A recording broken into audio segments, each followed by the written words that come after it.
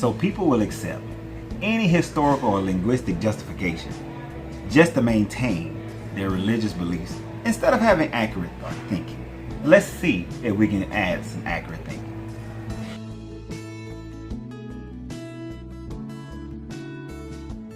Yo, what's up everybody? How you doing? This is your Coach Renz, and I want to thank you for being here today. I want to thank all my Patrons for always supporting the channel. If you're not a patron, go on over to Patreon, support the channel. If you don't, just like the video, subscribe on YouTube. If you're on Facebook, come on over and subscribe on YouTube and like the video. Hit that bell icon so you can get some updates. Oh, I want to announce we are back into our giveaway mode. Now that I got this shipping issue handled for Uncle Ren's Popcorn, type in hashtag gourmet popcorn at the bottom, hashtag gourmet popcorn, to be in the running. Every Monday we're going to announce a winner of something, whether it's popcorn or something else, but every Monday we're going to announce a winner. So for this particular upcoming Monday, hashtag gourmet popcorn, and you could be the winner. So I was scrolling on my Facebook this morning while I was making my way to work, and I came across this conversation. It started out talking about how, other civilization existed during the flood of Noah, but one particular comment caught my attention where a person was just talking about the difference between what truth is and what truth is not, what people believe and what people don't believe. I agree with some of the things that they had said in earlier comments, and I'm not going to show their name because I don't know the person, but it is one comment that interests me because it showed how people will take any piece of information and make it work for them, regardless of what levels of cognitive dissonance they're exhibiting or inaccurate thinking that they're exhibiting. So the conversation went a different direction, away from the flood, but into the whole Egypt and the Jews situation. And I want to break this down in a few different ways of what this person said. They said that the current people living in Egypt claim their ancestors built the pyramids. Yet there are tons of TV shows that try to debunk that and say aliens did it. Now, right here I want to give you some context of the person is saying, why do people spend so much time debunking something instead of just understanding the allegories of it? Now, I do agree that we should understand the allegories. I like that part of their earlier conversation. But in this part, they're talking about the current people in Egypt. Now, here's the thing about understanding history and accurate thinking. If you look at the current people in Egypt, then of course it's easy to debunk that those people, their ancestors, were the one who built the pyramids. Because we know that the majority of people in Egypt right now who are claiming this, who are in power, are Arabs. And we know that the Arab nation didn't take over Egypt until after the Roman Empire. Just like during that time frame, they took it from Rome. So we know that they didn't build the pyramids because the pyramids were there long before them, and they claim their ancestors did it. Now, some of them may say their ancestors was there during the time of occupation of the Romans and the Greeks, but we know that to not be true as well, because the Arab is kind of a mixture of different people throughout history, throughout time, throughout the known history, throughout our current recorded history of about 8,000 years. And what we do know is that the pyramids have been here longer than 8,000 years. The fact that some European dude said that it was Khufu's pyramid and it was his tomb was just somebody who didn't truly understand it. How many times? Remember I told you guys you got to be in the pursuit of truth. That means you're always open to new truth. At the time frame, that was his best guess. That was his best guess. But we know better now. Tesla proved that the pyramids, the inner workings of the pyramids, where it was, the aqueducts, the Nile River being closer to it, 8 miles closer to it, that it acted more as a power plant. We can see that history, that as things have developed, that new information comes, and we have to change our perspective. So for people to still think that it was made as burial tombs is illogical. The fact that people still think that it was built during the current age of man is illogical. It's not accurate thinking. It's just accepting what others have said before you, knowing that things have changed. So even though people are saying they're aliens, there's somewhat proof, somewhat not proof. There are spaceships looking hieroglyphs or meta-netras that are there, but we don't have any definitive proof as to who built it. As a matter of fact, we have no idea who built it. And of course we can debunk that the Arabs built it, that the current Arabs, their ancestors built the pyramids, because they were built longer than the current age of man. So when we look at this, yeah, that was a piece of the argument where it shows that you're not thinking accurately. You're not going back in time and thinking about the historical events and how things have progressed. And you'll see this again in their statements. So then they said, biblically speaking, at that time, the Jews were enslaved by the Egyptians. No one says that's not true. Yet somehow, the enslaved Jews managed to keep their language through history, while their masters lost their language and needed the finding of a stone to translate the language of their ancestors that built the pyramids. Okay, so let's break this part down for a little bit. All right, we're going to break it up in little pieces here. So they're saying at that time the Jews were enslaved by the Egyptians, which means that they're giving the fact that they believe the pyramids were built during this current age of man, which shows that they have no historical knowledge of what was going on. Then they talk about how the slaves were enslaved by the Jews. You have to understand that there is absolutely no documentation, no stone writings, there's nothing carved in stone in all of Egypt that shows the enslavement of Jewish people. Were there Jewish people in Egypt? Sure. Were Jewish people working as stonemasons and other occupations in Egypt? Sure. There were people from all over the world. There were Indians and Hindus and Chinese and Greeks and Romans and all sorts of people who were in Egypt during the time frame that they claim the pyramids were built. They show that the Egyptian hieroglyphs, Meta Neter, show a different story. It shows that these people were highly trained and highly paid, who were builders of the pyramids. Because the Great Pyramids, we don't know who built those, but some of the smaller pyramids, some of the smaller monuments, they show when those were built. They show what pharaoh or king had them built. So of course, those when we can say, hey, this person built it, that person built it. But what they show is that the people were paid and the people were from all over, and that a lot of them were Egyptians as well. So there's no proof. It's not until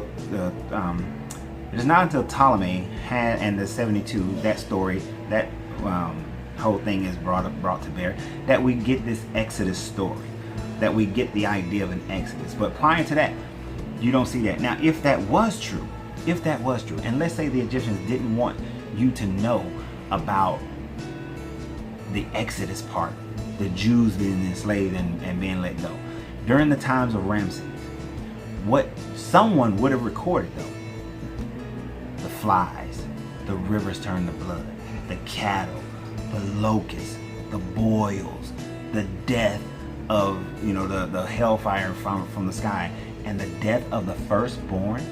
You mean to tell me no one recorded the death of the firstborn throughout the entire land of Egypt? And remember, your story says the entire land of Egypt, which means that way down in Karnak, firstborns just dying and nobody even knows why. Nobody has a clue. Up in Alexandria, people just dying. Nobody has a clue. Out in other parts of Egypt, people just dying and no one has a clue. Down in Acton, no one has a clue. And none of those people wrote that the gods were punishing them, because they would have thought that it was Asar or Set. They would have thought it was Ra or Nut or Ren-Nuttet or somebody else was punishing them. They would have thought it was Set, having his revenge or something. They would have created some other mystical story as to why the firstborn from all the land of Egypt all of a sudden died, and only the firstborn. They would have made up something. There would have been something somewhere. Somebody would have wrote that down, would have inscribed that, of this great dying of the firstborn of every house in Egypt. Every house that didn't have the lamb's blood over it, which would mean that the Jews that were in Karnak, the Jews that was in other areas of Egypt, all of them, their firstborn, would have died. Because we forget that there were people all over the land of Egypt. That story keeps you in one city center. You have to think there were Jews everywhere throughout Europe. There were Asians throughout Egypt. Asians, Hindu, Indians, Buddhists, all throughout Egypt, everywhere, because construction was going on everywhere throughout Egypt.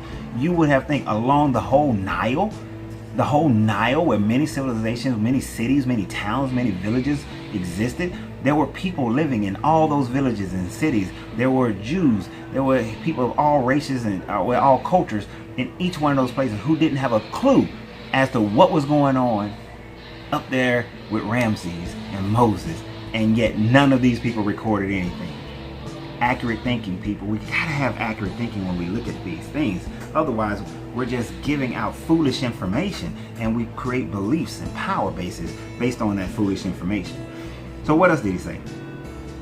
She, actually. So the young lady speaking this. She said, yet somehow the enslaved Jews managed to keep their language through history, while their masters lost their language and needed a stone to translate the language of their ancestors that built the pyramids. Okay, so let's look at this. Hebrews keeping their language. First of all, the language spoken by the Hebrews back in those days is not the same language that's spoken by the Hebrews today. You need to understand that. All language changed through the ages because other cultures are introduced to it. Look at the American English compared to British English. At first, the first Americans, the first people who came over here, they spoke British English, the royal English. But then as Germans and Slavics and all these other people intermixed, French and all this, the American English changed. Different words were added, different concepts, different way you put the words together, put sentences together, were all added to the American lexicon, although it's still called English. Go to England today. The words the way English is spoken today is not the same way it was spoken 500 years ago. You don't see people speaking in thee and thou arts. Look at your Bible. The old ones, thou art this and this that, and all that. But now people don't speak that way. You will not go to England and find people speaking that way. Language changed. Language migrates. Language is different. So there's no way you're going to be able to claim that the Hebrew language is the same today as it was back then. So they have not kept their language. And then if you want to talk about language, then understand Abraham being the father of they call the Abrahamic religion. Abrahamic religions. Him being the father of those was Sumerian. He came out of Ur, a Sumerian town. He was originally Sumerian, which means that he would have spoken the cuneiform language. Some will say that's the language of the Anunnaki, but he would have spoken the Sumerian language. And then that Sumerian language became the Hebrew language. So they're not maintaining their original language. No culture has maintained their original language. No country, no people have maintained their original language, because language is alive. Language will always be alive, and language will change. And yes, in order to understand the ancient, you did have to find the Rosetta Stone, which had the hieroglyphs, the Greek, and I forgot the other. It was 3 different languages altogether. But it had all of those together in order to start to decipher it. Why?